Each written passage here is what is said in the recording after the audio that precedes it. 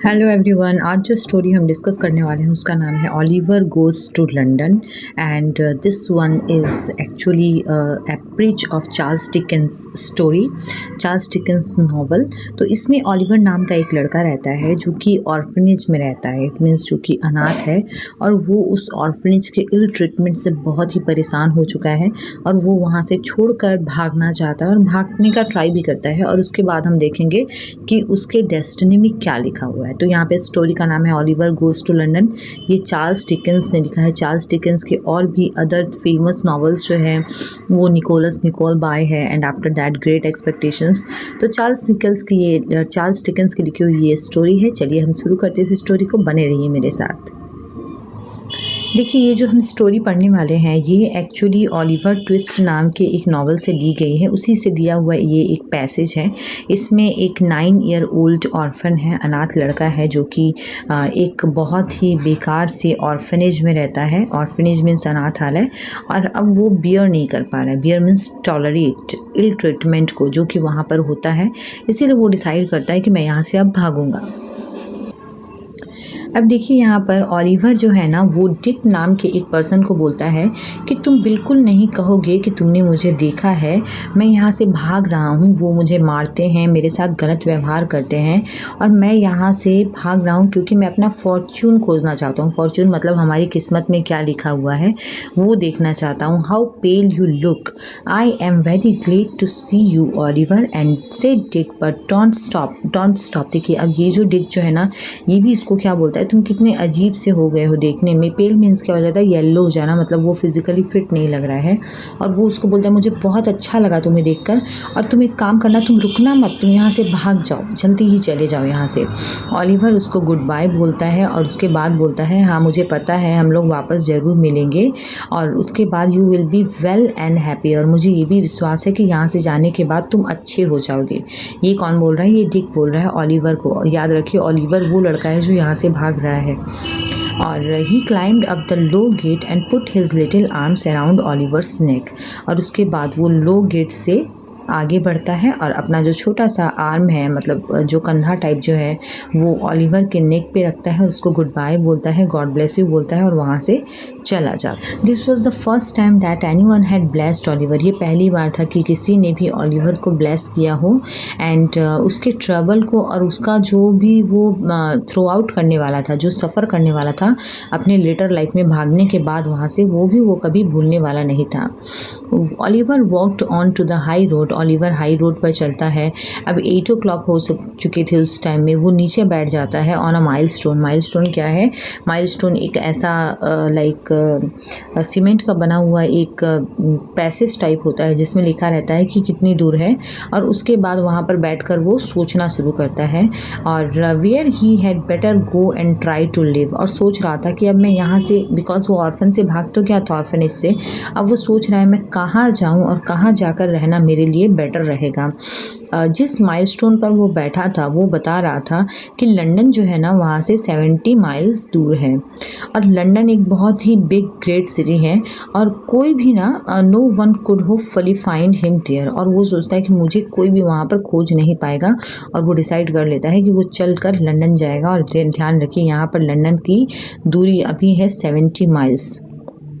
Oliver 20 miles चलता है उस दिन वो कुछ भी नहीं खाया था, just crust of dry bread which he had brought along with him. वो बस वो ड्राई ब्रेड उसके पास थी जो कि वो वहाँ से भागते समय अपने साथ लेके आ गया था। उस रात वो कहाँ सोता है? He is take in a meadow. Meadow means कोई भी लाइक जो खेत वगैरह होता है, वहाँ पर जो भूसा वगैरह रहता है वहाँ वो सोया था। नेक्स्ट मॉर्निंग उसे बहुत भूख लगी थी and only 1 penny he had two by small loaf of bread. और उसके बाद एक छोटा सा ब्रेड खरीदने के लिए उसके पास 1 penny ही थी, तो उसने वो भी खर्च कर दी। एंड उसके बाद वो 20 माइल्स चलता है नेक्स्ट दिन, और उसके जो फीट है ना, जो पाँव है, बहुत दुख रहे थे, बहुत वीक थे, वो शेक कर रहे थे जब वो चल रहा था, तो काँप रहे थे। और उसके बाद वापस से वो ठंड में सोता है, डैम्प एयर में, and made him feel worse. और उसके चलते उसे बहुत अजीब लगता है, क्योंकि देखो ऑर्फनेज में भले उसे मारा जाता था बट एटलीस्ट उसके पास रह रहने की जगह थी और वो दिन पर दिन है ना एकदम वीकर होते जा रहा था।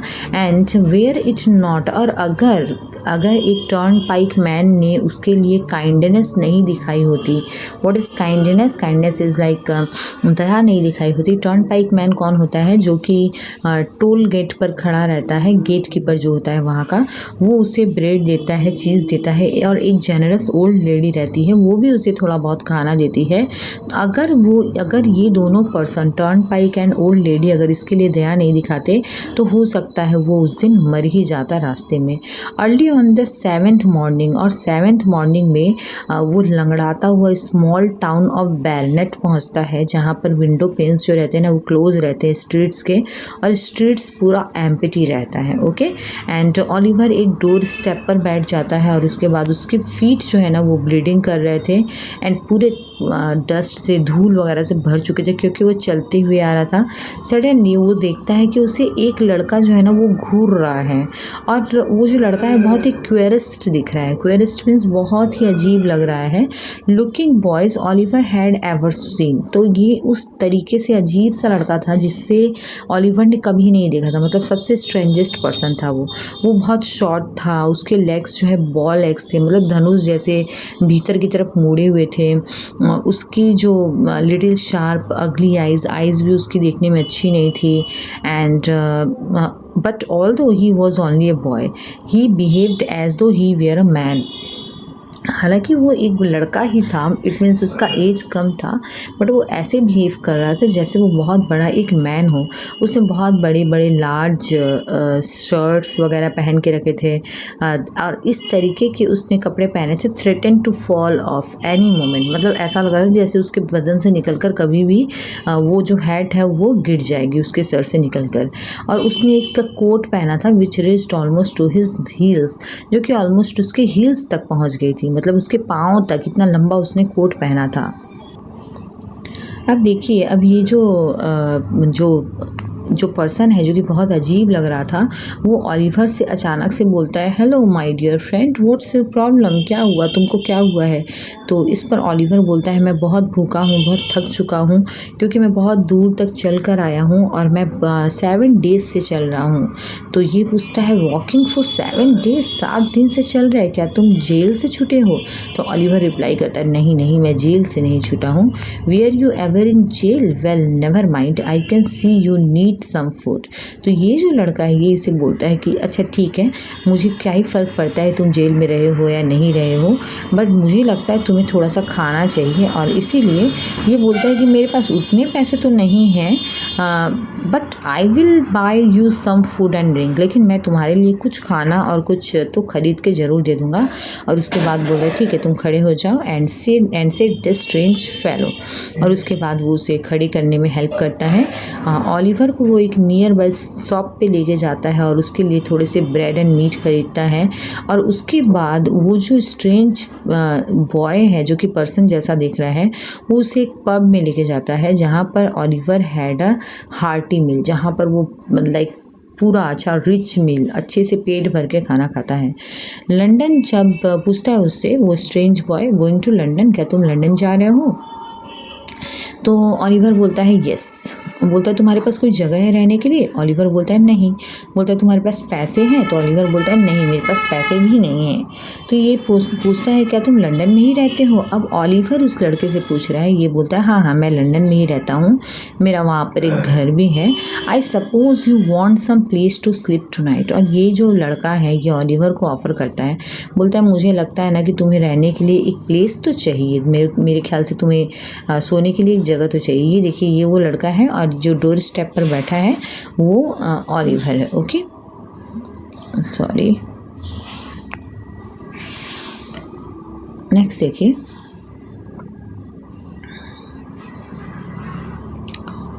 I do not ended said Oliver, लेकिन ऑलिवर क्या बोलता है, नहीं मुझे कोई रहने के लिए कोई जगह नहीं चाहिए।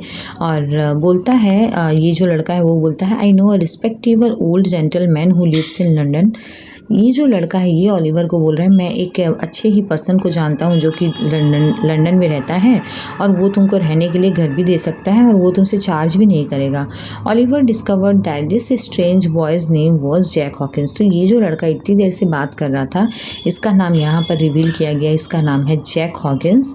और उसे नेक्स्ट देखिए, तो ये जो लड़का है जिसका नाम जैक हॉकिंस है इसके सारे फ्रेंड्स ने इसे अर्थर डॉजर बोलते हैं। Jack refuse to enter London before dark.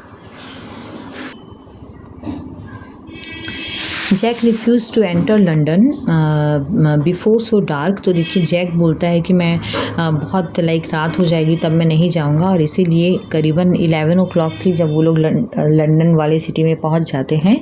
और जब वो लोग चल रहे थे ना तो वो जो रास्ता था वो बहुत नैरो था, स्ट्रीट्स बहुत नैरो थे वहाँ के, मतलब बहुत सकरे थे, बड़ी बड़ी खुली खुली रोड नहीं थी वहाँ पर। और ओलिवर चारों तरफ देखता है और उसे ये समझ में आता है कि जहाँ पर जैक हॉकिंस उसे लेके आया है वो सबसे गंदी जगह है he had ever seen. The air was filled with the smell of filth. तो जो एयर, क्योंकि वहाँ पर जो हवा है ना वो भी गंदगी की बदबू से पूरी भर चुकी है। Oliver was just wondering weather he should run away. और ओलिवर ये सोच रहा था कि क्या मैं यहाँ से भाग जाऊँ। When Jack caught him by the arm and pushed him inside a dark passage. और उसी समय वो जो जैक हॉकिंस जो है वो उसे पकड़ता है और पकड़कर आगे की तरफ धकेलता है, मतलब जो रास्ता है उसकी तरफ ले जाता है पकड़ के। और now then cried a voice from inside the house in reply to whistle from the Dodger plummy and slam. तो ये ना अचानक से जब उसे वो लेके जाता है तो भीतर से एक आवाज़ आती है, मतलब वो जिस रास्ते में जा रहा है, जिस घर की तरफ जा रहा है उधर भीतर से एक आवाज़ आती है, एक रिप्लाई होती है विशल की। प्लमी एंड स्लैम ये एक वर्ड है उनका। This seem to be a watch word for a candle gleamed at the end of a passage. अब देखिए मैं आपको शॉर्ट में बताती हूँ, जैसा ऐसा होता है कि जब कोई लड़का किसी को, नए लड़के को लेकर आता है तो ये एक सीक्रेट वर्ड है। वॉच वर्ड मतलब क्या होता है, सीक्रेट वर्ड, जिससे कि कैंडल जो है ना वो लोग जला देते हैं at the end of a passage, क्योंकि पूरा अंधेरा था। और ये एक इनका वॉच वर्ड है plummy and slam. There are two of you. और उसके बाद देखिए ये लोग बात करना शुरू करते हैं। कुछ एक आवाज़ आती है, बिकॉज ओलिवर यहाँ किसी को नहीं जानता है तो वो पूछ रहा है, जो पूछ रहा है वो बता रहा है दैट अब ओलिवर यहाँ किसी को नहीं जानता है, लेकिन एक आवाज़ आती है जो कि उन दोनों से पूछती है, जैक हॉकिंस एंड ओलिवर से पूछती है कि तुम लोग तो दो हो। तो जिस पर डॉजर, जो एक्चुअली जैक हॉकिंस है, वो रिप्लाई करता है ये मेरा फ्रेंड है। एंड ओलिवर को उस डार्क एंड ब्रोकन स्टेयर्स पर लेके जाता है। He threw open the door of a room and drew Oliver in after him. और वो एक डोर ओपन करता है रूम का और उसके बाद ओलिवर को उसके भीतर ले जाता है। जो वॉल्स एंड सेलिंग्स थे उस रूम के पूरी तरीके से ब्लैक थे, क्योंकि काफ़ी पुराना था और साथ में बहुत डर्टी, बहुत गंदा था, इसीलिए भी ब्लैक हो चुके थे। एन ओल्ड श्रिवल्ड मैन, अब एक पर्सन है जिसके चेहरे पर पूरी झुर्रियाँ पड़ी हुई है, रिंकल पड़े हुए हैं और देखने में बहुत हॉरिबल लग रहा है। उसका फेस बहुत हॉरिबल है। क्यों है? क्योंकि which was hidden by his dirty red hair. और उसका जो चेहरा है ना वो हॉरिबल लग रहा है क्योंकि उसके चेहरे के सामने उसके बालों की जो लट जो होती है ना वो रेड कलर की उसके बालों की लट है और वो उसके सामने आ गई जो उसके चेहरे को छिपा रही है। और वो जो पर्सन है वो एक्चुअली एक फायर के सामने खड़ा है और वो कुछ मीट वगैरह फ्राई कर रहा है। The man war a greasy flannel gown. और वो जो पर्सन है वो एक ग्रीजी, बिकॉज ऑयल है उसमें, और वो एक फ्लानेल का कपड़ा पहना हुआ है। और ऐसा लगता है he seem to be dividing his attention between the meat and a large number of silk handkerchiefs which were hanging on a line. तो एक लाइन से ना हैंकरचिप्स टंगे हुए हैं। आप इमेज में देखिए तब आपको समझ में आएगा। देखिए ये वो पर्सन है, लाइन से हैंकरचिप्स टंगे हुए हैं और ये मीट फ्राई कर रहा है। एंड ये एक बार ओलिवर एंड जैक हॉकिंस को देखता है और दूसरी तरफ ये इन सारे हैंकरचिप्स को देखता है। ओके, नेक्स्ट देखिए 4 और 5 बॉयज़, 4-5 लड़के जो है उसी एज के, वो डॉजर, जैसे कि डॉजर है वैसे ही वो एक टेबल के चारों तरफ घेर कर बैठे हुए हैं। Several rough beds made from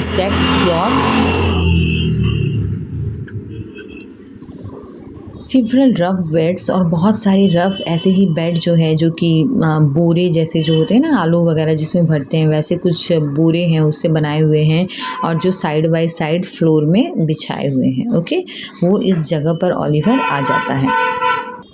so this was the story. ये पूरी स्टोरी नहीं है बिकॉज हमें सिर्फ एक पैसेज पढ़ने के लिए मिला है। This one is actually the average of Charles Dickens story novel.